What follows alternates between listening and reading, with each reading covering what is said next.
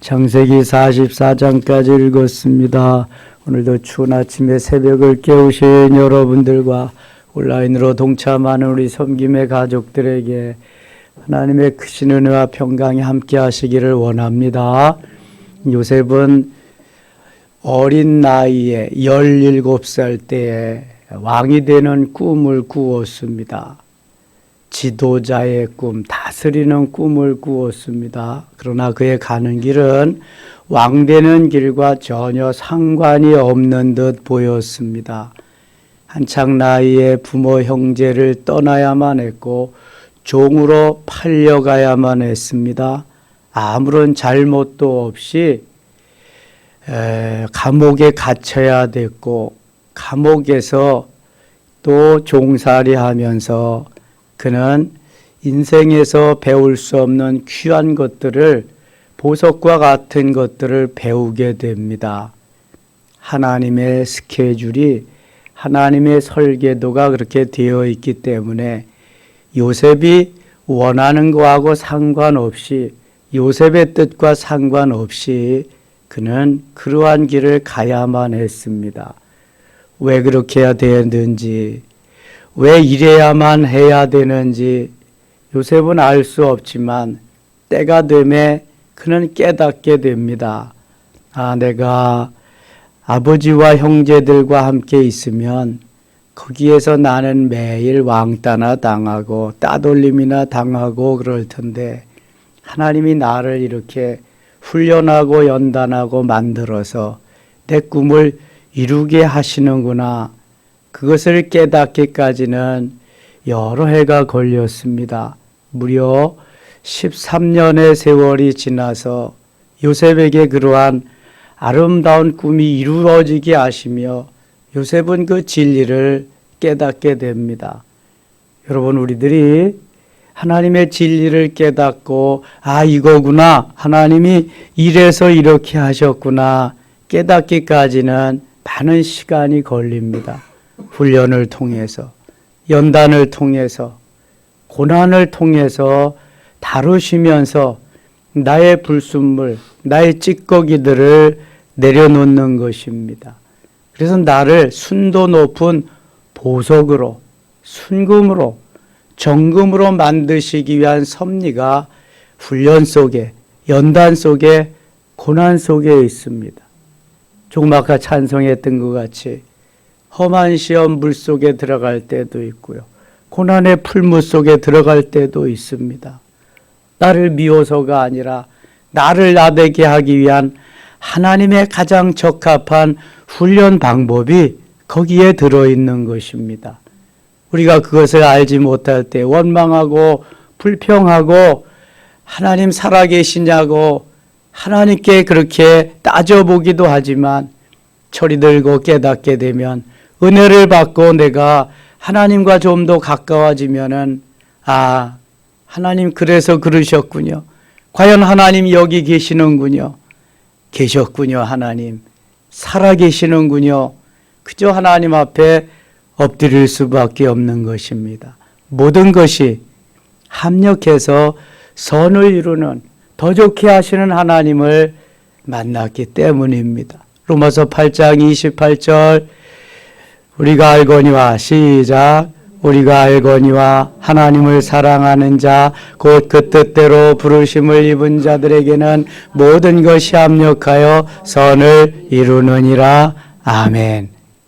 이것은 하나님이 우리에게 주시는 너무 귀한 메시지입니다.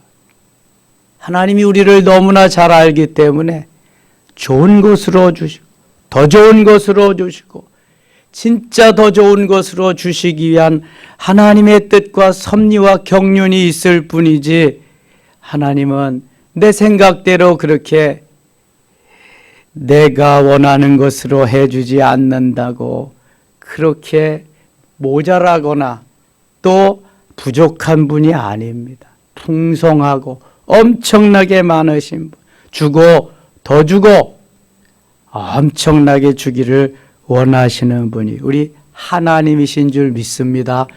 요셉을 통해서 우리는 그 엄청난 하나님의 계획, 멋있는 비전을 보게 됩니다. 비록 아무것도 아닌 것 같아도 가서 열매가 맺어지면 엄청난 거예요. 요셉은 고난의 시절을 겪습니다. 이렇게 추운 겨울과 같은 시절을 겪게 됩니다. 겨울이 없으면 봄이 안 옵니다. 겨울과 같은 어려운 모든 시절을 겪었기에 봄과 같은 꽃이 피고 만물이 약동하는 그러한 시절을 맞게 되는 것입니다. 여러분 혹시 겨울과 같은 시절이 있으세요? 조금만 기다리시면 봄이 올 줄 믿습니다. 요셉과 같은 고난의 시절이 있으세요? 요셉과 같은 왕의 꿈이 이루어지는 놀라운 역사의 순간도 있게 될 줄 믿습니다. 그거 바라보고 달려가는 거예요.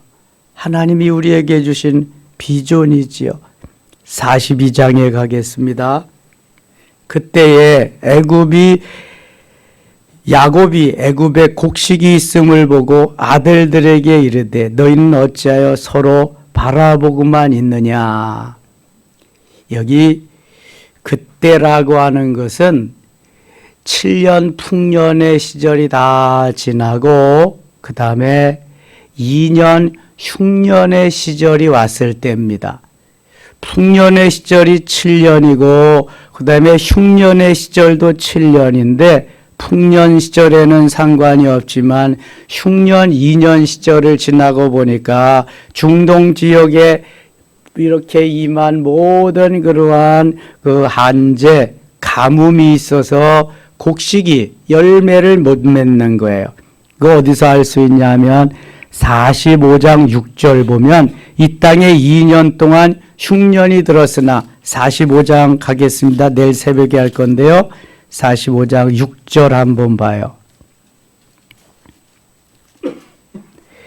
이 땅에 2년 동안 흉년이 들었으나 아직 5년은 밭갈이도 못하고 추수도 못할지라. 그러니까 아예 7년 동안은 흉년이 들어서 먹고 살 수가 없다는 거예요. 근데 흉년이 든 지 지금 몇 년이 지난 거예요? 2년이 지났어요. 그러면은 풍년 7년 지나고 흉년 2년이 지났으니까 모두 몇 년이 지났어요? 9년이 지났어요. 9년. 그렇잖아요. 이것은 요셉이 총리가 되고 나서 9년이 지났다는 얘기지요. 이해가 가시나요? 그러면 요셉의 나이 몇 살일까? 39살이죠. 30살에 총리가 돼서 7년 풍년이 지나고 2년 흉년이 지났으니까 39살. 요셉이 몇 살 때 꿈을 꿨어요? 17살 때에. 몇 살 때 팔려갔어요? 17살 때에. 그러면 몇 년 만에 지금 몇 년 만에 형제들을 만날 기회를 잡은 거예요? 22년. 22년 동안 요셉은 그리워하던 아버지 또 형님들 동생을 보지 못하고 지낸 거예요. 오랜 기간 동안 이산가족으로 그렇게 살았던 거죠. 그 상봉의 날을 이제 기다리는데 때가 드디어 온 거예요. 가나안 땅에도 흉년이 들어서 아버지 야곱은 아들들에게 저 애굽에 가면 곡식이 많이 있다 그러더라. 거기에 가서 좀 사와라. 4절 갑니다. 야곱이 요셉의 아우 베냐민은 그의 형들과 함께 보내지 아니하였으니 이는 그의 생각에 재난이 그에게 미칠까 두려워함이었더라. 베냐민은 누구의 소생이죠? 라헬의 소생이에요. 요셉의 하나밖에 없는 동생 아우예요. 나머지는 다 배가 다른 형들이니까. 그래서 야곱이 요셉을 생각하면서 베냐민을 끔찍히 사랑하는데 베냐민을 보내지 않았어요. 혹시 무슨 또 화가 있을까 봐. 5절 이스라엘의 아들들이 이스라엘의 아들. 이스라엘은 누구를 가리켜요? 야곱의 아들들이 양식 사러 간 자 중에 있으니 가나안 땅에 기근이 있음이라. 기근이 있으면 곡식이 열매를 못 맺어요. 때에 요셉이 나라의 총리로서 그 땅 모든 백성에게 곡식을 팔더니 요셉의 형들이 와서 그 앞에서 땅에 엎드려 절하매, 땅에 엎드려 절하매. 요셉이 형들이 와서 땅에 엎드려 절하는 모습을 보고 무엇을 생각했을까요? 꿈을 생각했겠죠. 곡식을 먹는데 그 곡식단들이 자기에게 절하는 모습. 그 다음에 해와 달과 별들이 자기에게 절하는 그 꿈이 생각났을 거예요. 형들이 엎드려서 다 절을 하니까. 아니, 요셉이 총리가 되지 아니했다면 형들이 요셉에게 엎드려서 절을 할 리가 있겠어요? 아우가 형에게 할 망정. 그렇지 않죠. 그러나 꿈이 이루어져서 완전히 신분이 변화가 됐잖아요. 요셉은 그 큰 나라의 총리고 지금 외국에서 와서 곡식을 사러 왔으니 총리에게 절을 하는 거예요. 7절. 요셉이 보고 형들인 줄 아나 모르는 체하고 어무한 소리로 그들에게 말하여 이르되 너희가 어디서 왔느냐. 그들이 이르되 곡물을 사려고 가나안에서 왔나이다. 지금 요셉과 형들이 헤어진 지 몇 년 만에 만나는 거예요? 22년 만에. 22년 만에 보는데도 말 한마디 하지 않고 그냥 보는데도 저만치 오는데도 다 아는 거예요. 이거는요.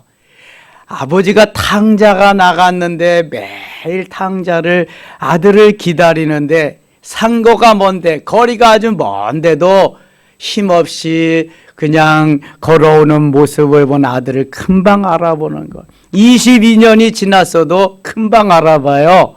왜 그래요? 피는 물보다 진하기 때문에 그래요. 그 DNA가 어디 가겠어요? 자만치 와도 다 알아보는 거예요. 22년이 지났어도 금방 알아보는 거예요. 하나님, 우리가 얼굴로 한 번도 못 배웠지만 수십 년 지나도 알아보실까 못 알아보실까?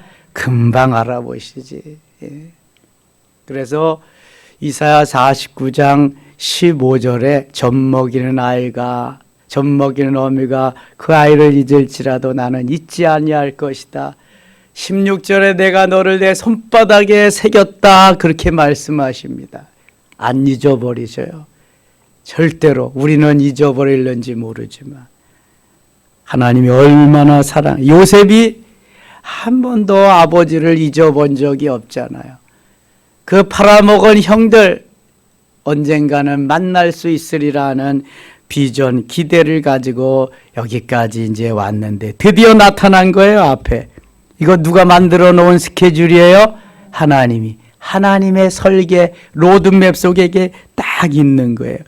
요셉이요, 절대로 그냥 이리 튀고 저리 튀고 그러지 않습니다. 완전히 꼿꼿이 올곧이 형들을 다 테스트해보고 시험해보고 다루어보고 그때서 이제 됐다 싶을 정도의 자기가 내가 요셉이라고 밝히게 됩니다. 무려 42장부터 44장까지 형들을 테스트하는 그러한 작업을 합니다. 웬만하면은요, 내가 요셉입니다. 반갑습니다. 그럴 텐데 전혀 티를 내지 않습니다.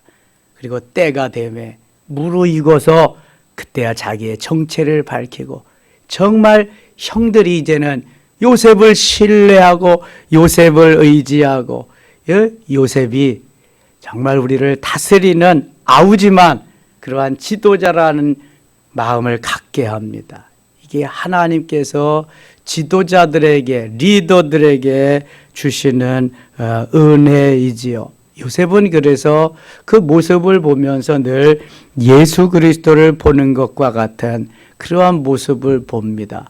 예수님은 누구에게 팔렸어요? 제자에게 팔렸어요. 제자 가룟 유다에게. 요셉은 누구에게 팔렸어요? 형들에게 팔렸어요. 아주 가장 가까운 사람들이죠. 예수님은 얼마에 팔렸어요? 은 30. 요셉은 얼마에 팔렸어요? 은 20. 한 말도 예수님이 좀 비싸겠지. 요셉보다 몸값이. 예수님은 어디에서 고난을 당하셨어요? 십자가에서. 골고다에서 그냥 그 찔리면서 가시관을 쓰시고, 요셉은 어디에서 고난을 당했어요? 감옥 생활하며, 종살이하면서, 감옥 생활하면서. 그래서 예수님이 죽으셨다가 부활하시잖아요. 요셉도 그 고난의 기간을 다 이기고 왕으로, 총리로 등극하잖아요. 이 요셉의 일대기나 예수님의 일대기나 너무너무 비슷하잖아요.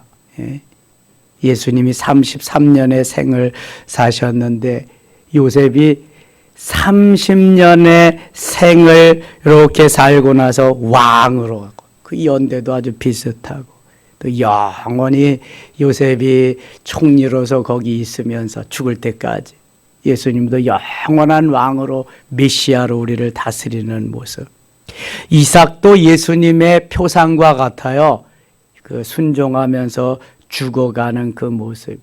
근데 요셉은 더더욱 그 일대기가 예수님의 전형과 같아요. 모델과 같아요. 이렇게 예수님이 아주 그 우리의 모든 죄를 지시고 저 십자가의 고난을 당하시며 가심과 같이 요셉도 그 형제들을, 부모 형제를 구원하기 위해서 치른 대가가 적지 않습니다. 누군가는 희생하고 누군가는 이렇게 내가 좀 힘들고 어렵고 고난을 당해도 그 길을 가야만 어떤 다른 사람들이 좀 더 수월해질 수 있고 행복해질 수 있어요. 희생이 없이, 대가를 치름이 없이 좋은 결과는 나타나지 않습니다. 그래서 우리가 어려움을 당하면서 내 찌꺼기 불순물을 제거하는 그것이 있어야 순도 높은 값이 나가는 보석이 되는 것입니다. 8절 가겠습니다. 8절. 요셉은 그의 형들을 알아보았으나 그들은 요셉을 알아보지 못하더라. 요셉이 그들에게 대하여 꾼 꿈을 생각하고 그들에게 이르되 너희는 정탐꾼들이라 이 나라의 틈을 엿보려고 왔느니라. 내가 요셉입니다. 그러지 아니하고 다 시험해 봅니다. 테스트해 봅니다. 옛날에 팔아먹은 정신 그대로 있나, 썩은 정신이 아직 고쳐지지 않았나 다 다루어 봅니다. 예? 요셉이. 그래서 요셉이 지혜로운 거예요. 또 요셉이 그만큼 하나님이 준비하게 하고 하나님이 사용하시는 거지요. 13절 갑니다. 그들이 이르되 당신의 종 우리들은 12 형제로서 가나안 땅 한 사람의 아들들이라. 막내 아들은 오늘 아버지와 함께 있고 또 하나는 없어졌나이다. 자기의 가족 일대기를 쭉 얘기하는 거예요. 요셉이 그 앞에 있는데도 옛날 자기들이 팔아먹고 없어지고, 막내 아들은 지금 아버지와 막내 동생은 같이 있습니다. 18절 가겠습니다. 18절. 사흘 만에 요셉이 그들에게 이르되 나는 하나님을 경외하노니 너희는 이같이 하여 생명을 보존하라. 너희가 확실한 자들이면 너희 형제 중 한 사람만 그 옥에 갇히게 하고 너희는 곡식을 가지고 가서 너희 집안의 굶주림을 구하고 너희 막내 아우를 내게로 데리고 오라. 그러면 너희 말이 진실함이 되고 너희가 죽지 아니하리라 하니 그들이 그대로 하니라. 그들이 서로 말하되 우리가 아우의 일로 말미암아 범죄하였도다. 이러한 일련의 사건들, 요셉의 테스트 다루심을 통해서 저들이 옛날을 돌아보는 거예요. 우리가 아우의 일로 말미암아 범죄하였도다. 그렇게 아니했으면 이렇게까지는 안 할 텐데. 그래서 그가 우리에게 애걸할 때 그 마음의 괴로움을 보고도 듣지 아니하였으므로 이 괴로움이 우리에게 임하도다. 요셉을 괴롭게 했더니 그 괴로움이 우리에게 임했다. 심은 대로 우리가 거두는구나.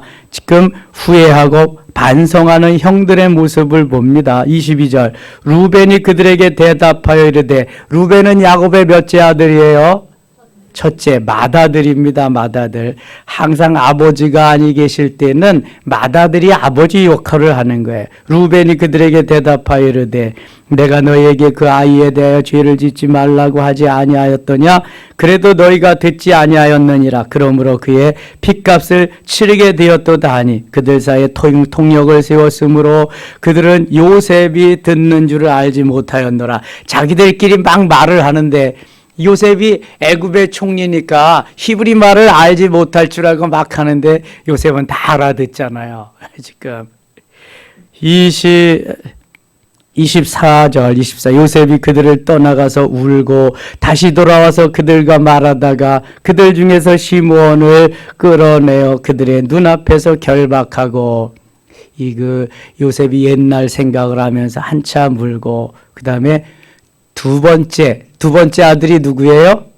시므온입니다. 그래서 루벤은 이제 리더가 되어서 다시 아버지에게 곡식 갖다 주고 와야 되니까 루벤은 보내고 둘째 아들 시므온을 볼모로 잡아놓게 됩니다.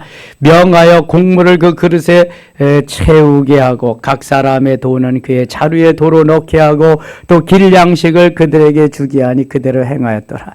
이 돈을 가져온 돈을 다 거기 자루에다가 곡식 자루에다가 그냥 넣어서 같이 줬어요. 다시 잡아오려고 쭉 테스트를 합니다. 43장 가겠습니다. 그 땅에 기근이 심하고 45장 6절에 흉년이 시작되고 몇 년이 지났다 그랬어요? 흉년이 시작되고 2년이 지났어요. 그러니까 풍년 7년, 흉년 2년.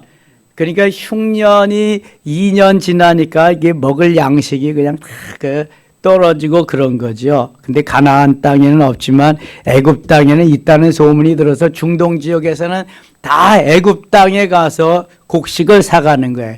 요셉은 7년 풍년 동안 곳곳에다가 창고를 짓고 다 먹고 남은 양식을 다 사들였거든요.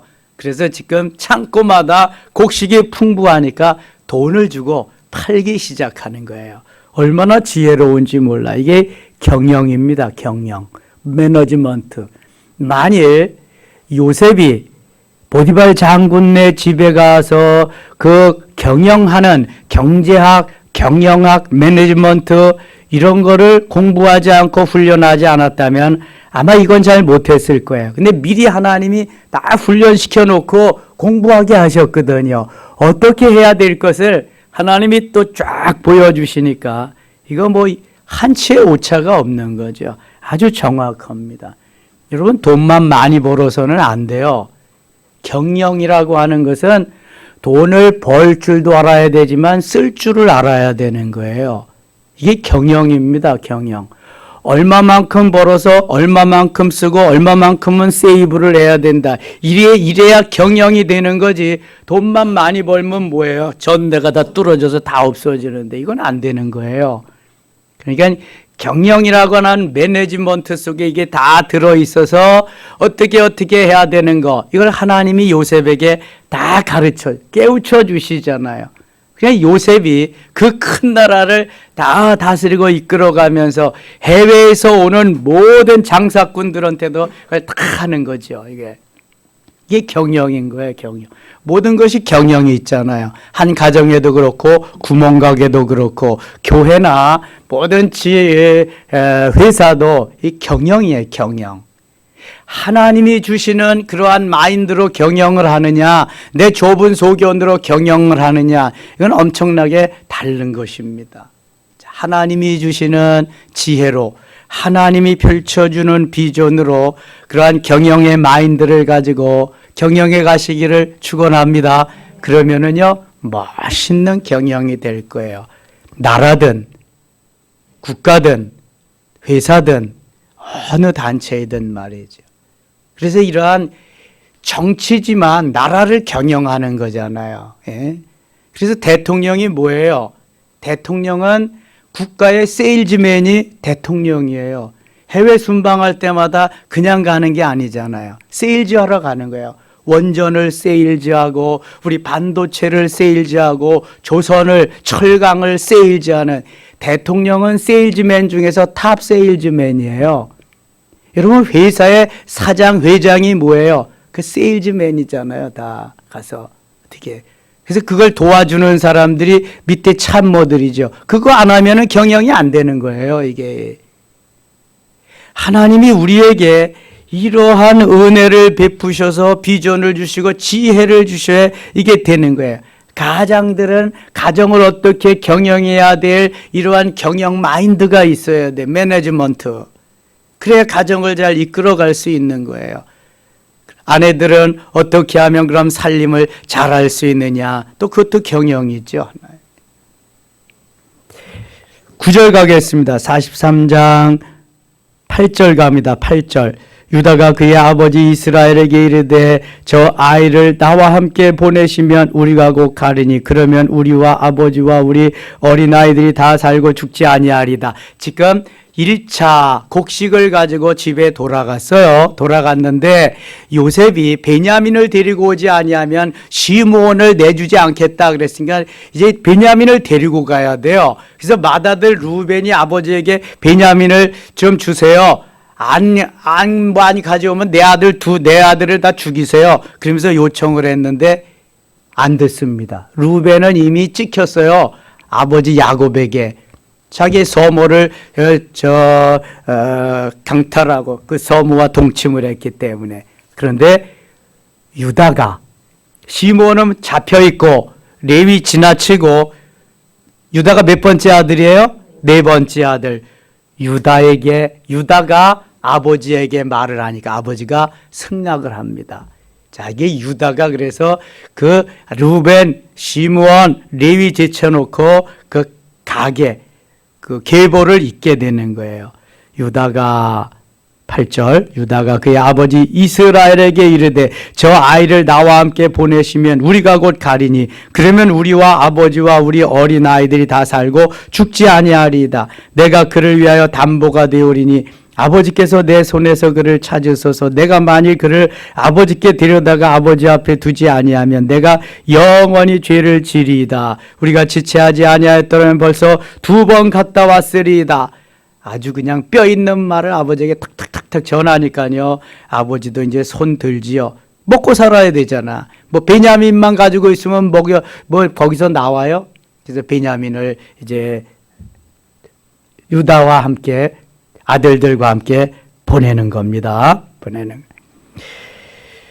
11절 그들이 아버지 이스라엘이 그들에게 이르되 그러할진대 이렇게 하라. 너희는 이 땅에 아름다운 소산을 그릇에 담아가지고 내려가서 그 사람에게 예물로 드릴지니 곧 유향 조금과 꿀 조금과 향품과 몰약과 유향나무 열매와 감복숭아이니라. 자, 여기서 보면은 아버지 야곱이 그 총리에게 보내는데 요셉인지 모르잖아요.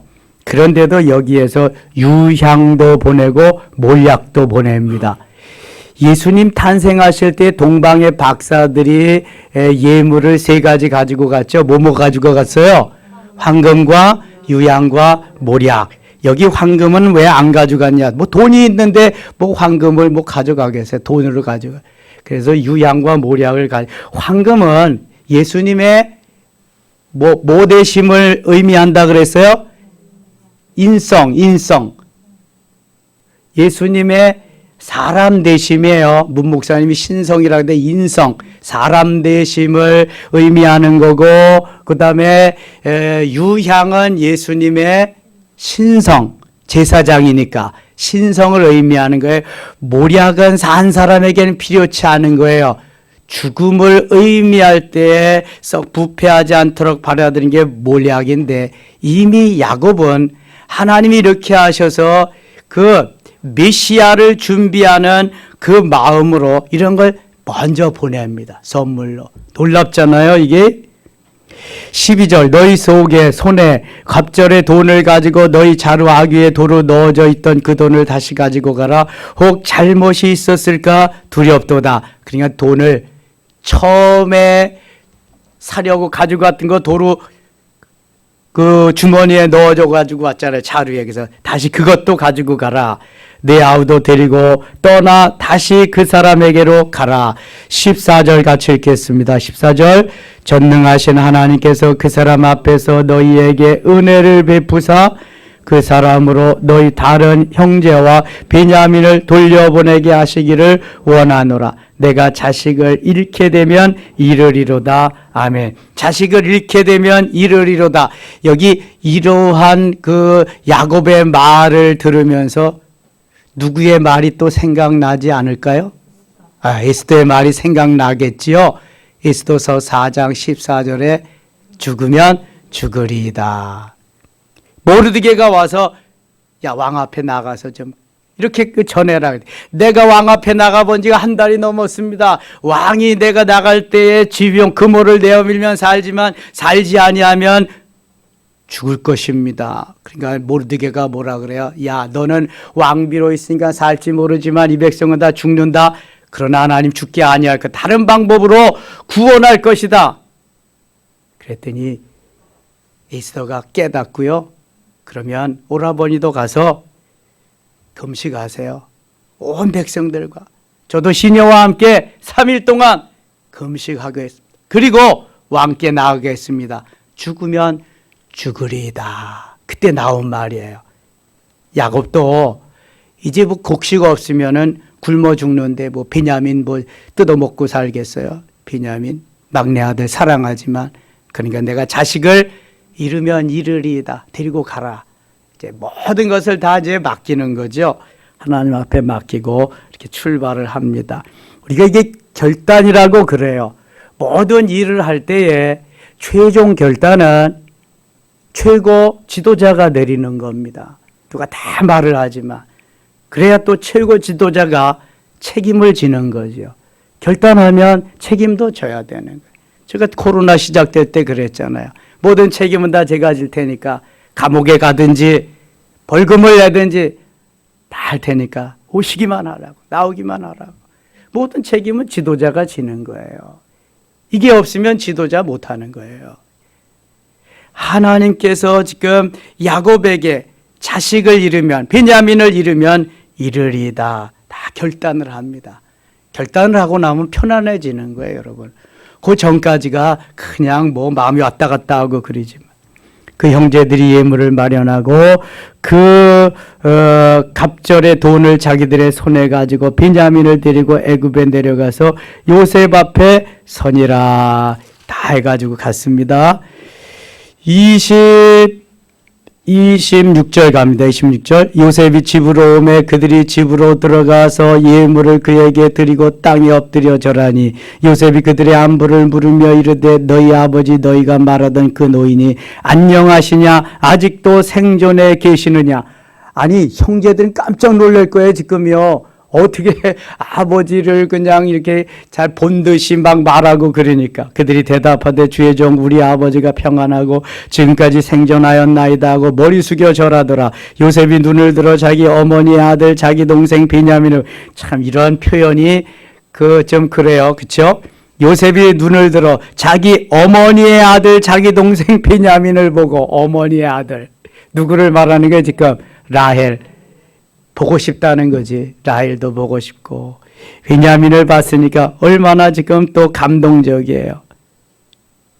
자기 어머니 아들 자기 동생 베냐민을 보고 이르되 참 표현을 아주 재미있게 했어요. 자기 동생 베냐민을 보고 이르되 너희가 내게 말하면 너희 작은 동생이 아이가 그가 또 이르되 소자여 하나님이 내게 은혜 베푸시기를 원하노라.